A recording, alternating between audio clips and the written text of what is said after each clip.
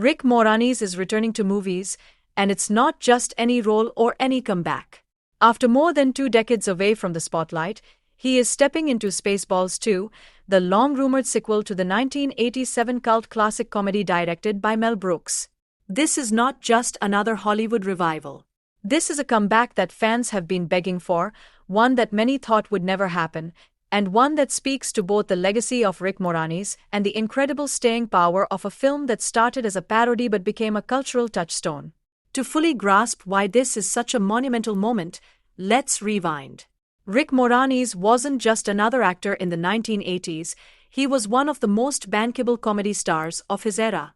His rise began in Canada with Second City Television, where his knack for impressions and offbeat humor stood out. He wasn't the loudest or flashiest comedian, but his delivery was razor-sharp, his timing impeccable, and his characters always felt uniquely his own. Hollywood took notice quickly. By the mid-80s, Moranis was everywhere. In 1984, he starred as Louis Tully, the nerdy neighbor-turned Ghostbuster in training, in Ghostbusters, a film that became one of the most successful comedies ever made. 3 years later, he was back in Ghostbusters 2, but not before starring in Spaceballs, a parody of Star Wars that turned into one of Mel Brooks's biggest cult hits. He played Dark Helmet, a villain who was both menacing and utterly ridiculous, complete with a comically oversized helmet and a voice that swung between commanding and petulant. Audiences loved it.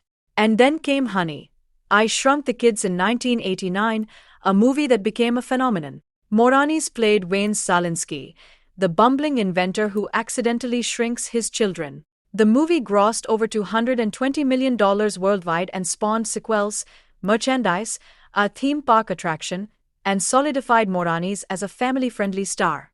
For nearly a decade, Rick Moranis was a household name. He wasn't just a funny actor, he was a reliable box office draw who could make adults laugh and kids adore him. But in 1991, life changed dramatically. His wife, costume designer Anne Belski, passed away from cancer. At just 37 years old, Moranis found himself a single father raising 2 young children. And in that moment, he made a decision almost unheard of in Hollywood. He stepped away. He didn't fade because the roles stopped coming. He didn't lose his star power. He walked away at the height of his career to focus entirely on raising his kids. For a while, he kept acting in smaller projects. He did Honey, We Shrunk Ourselves in 1997, a direct-to-video sequel, but by then he had quietly left Hollywood. He turned down big roles. He declined interviews. And eventually, he disappeared from the big screen altogether. His last live-action performance was nearly 30 years ago. In an industry where actors cling to fame as long as possible, Moranis became the rare figure who left it all behind out of love and responsibility. Fans missed him terribly. Over the years, his absence became legendary. While his peers were still appearing in films or chasing new roles, Moranis seemed almost like a ghost, someone who had once defined comedy but had chosen an entirely different life.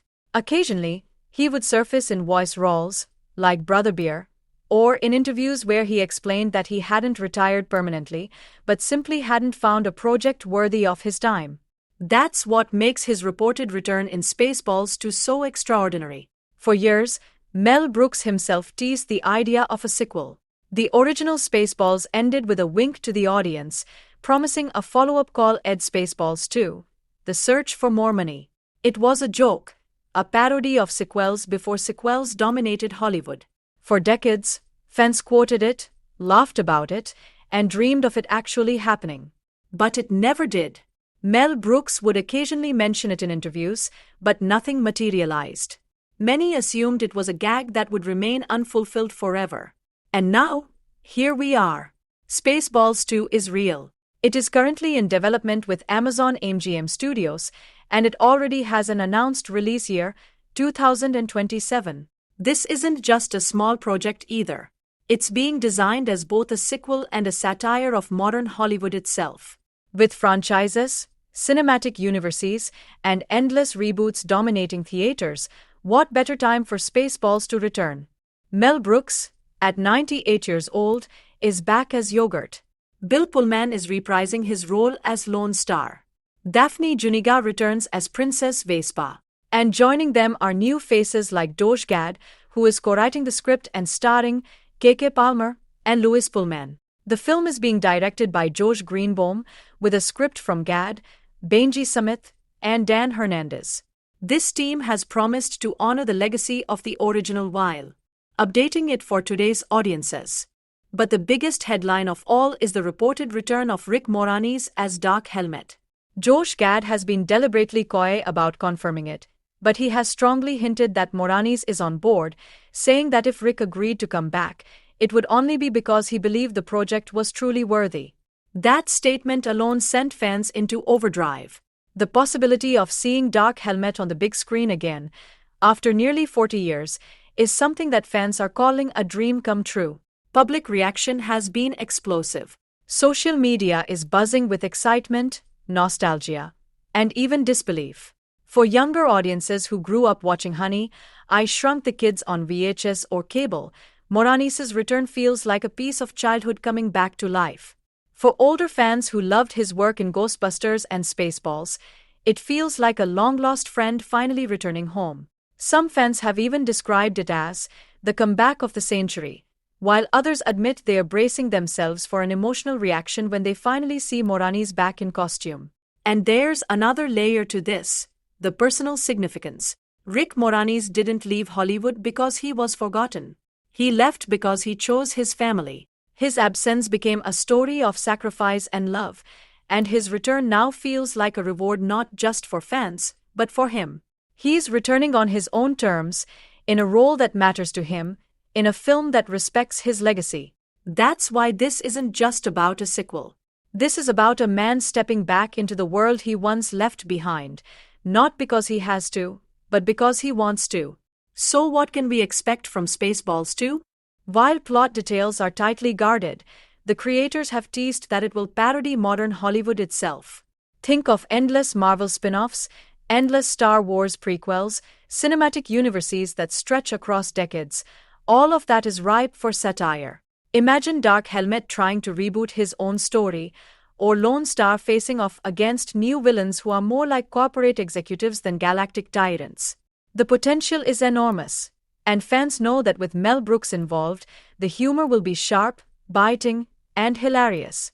And of course, there's the question of legacy. Mel Brooks is 98 years old. This could very well be his final film. For Brooks to return at this stage of his life, with Rick Moranis joining him, feels like a passing of the torch. It's not just about making a movie. It's about cementing a legacy that began with Spaceballs nearly 40 years ago. Rick Moranis' return has already sparked renewed interest in his entire filmography. Streaming numbers for his old movies are rising, clips from his most iconic roles are trending again, and fans are rediscovering just how much joy he brought to the screen. Younger generations who may not have grown up with him are learning his story for the first time, the story of a man who walked away from fame for family, and who now returns not out of necessity, but out of love for the craft. So as we look ahead to 2027, the excitement only continues to build. Will Dark Helmet finally get his revenge? Will Lone Star save the day again? And will the galaxy be ready for the return of the most ridiculous villain in science fiction parody history? One thing is certain, Spaceballs 2 isn't just another sequel. It's a cultural event. It's history coming full circle. Rick Moranis is back. Dark Helmet is back. And the galaxy has never been more excited. Make sure to like, subscribe, and stay tuned for more celebrity updates just like this.